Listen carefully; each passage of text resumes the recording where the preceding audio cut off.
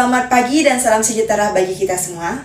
Yang terhormat Bapak Presiden Negara Untuyut, Bapak Dwi Cahyawibowo, dan para Dewan MPR dan DPR yang saya hormati, serta Bapak Ibu Dewan Menteri yang sudah hadir pada hari ini. Pertama-tama, marilah kita mengucapkan syukur kehadirat Tuhan Yang Maha Esa.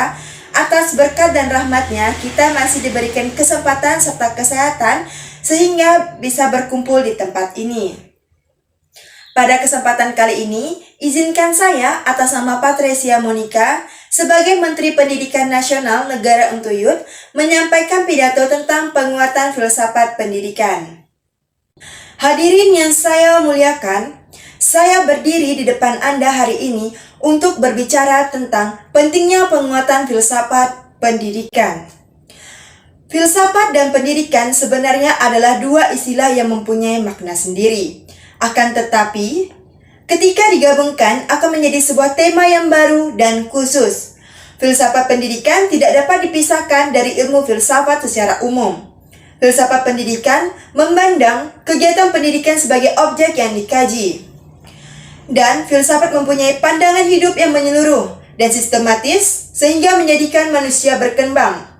Maka hal semacam ini telah dituangkan dalam sistem pendidikan agar dapat terarah untuk mencapai tujuan pendidikan. Penuangan pemikiran ini dituangkan dalam bentuk kurikulum. Dengan kurikulum itu, sistem pengajaran dapat terarah, lebih dapat mempermudah para pendidik dalam menyusun pengajaran yang akan diberikan kepada peserta didik. Filsafat pendidikan adalah muara ide dari berbagai kebutuhan utama pendidik sebagai landasan pendidikan, pendekatan pengajaran, model pembelajaran, dan berbagai aspek lain yang dibutuhkan untuk melanjutkan saga keilmuan pendidikan. Dan filsafat pendidikan juga merupakan ilmu filsafat yang mempelajari hakikat pelaksanaan dan pendidikan. Bahan yang dipelajari meliputi tujuan, latar belakang, cara, hasil, dan hakikat pendidikan. Selain itu juga, filsafat pendidikan merupakan aplikasi ide-ide filosofi ke dalam masalah-masalah pendidikan. Oleh sebab itu, para pendidik juga harus dapat memahami bahwa filsafat pendidikan memberikan sesuatu yang berbeda dalam wawasan dan aktivitas pendidikan itu sendiri. Maka perlunya penggunaan ide-ide filosofi dan pola-pola pemikiran agar dapat menjadikan aktivitas mereka pada taraf kesadaran etis. Di dalam filsafat pendidikan juga berupaya untuk memikirkan permasalahan di dalam pendidikan.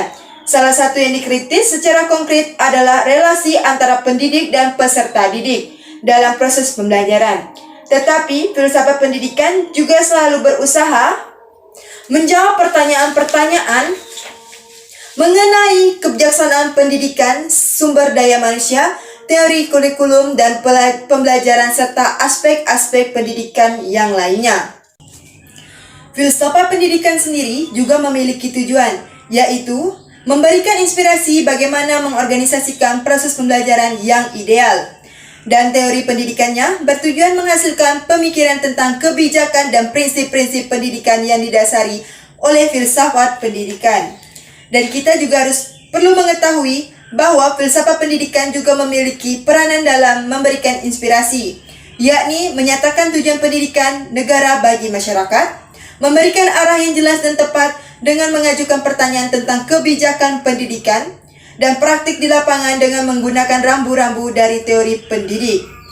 Dan kita juga harus mengetahui bahwa aspek penting dalam penguatan filsafat yaitu memastikan bahwa pendidikan bukan hanya tentang pengetahuan dan keterampilan saja, tetapi juga tentang membentuk karakter dan kepribadian setiap individu. Serta filsafat pendidikan juga melibatkan penerimaan dan penghargaan terhadap perbedaan keragaman dalam satu pendidikan.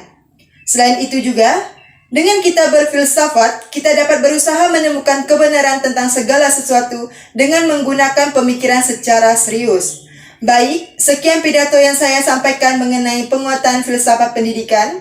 Mohon maaf apabila ada kesalahan kata dalam pengucapan pidato. Saya ucapkan terima kasih atas perhatiannya. Selamat pagi untuk kita semua.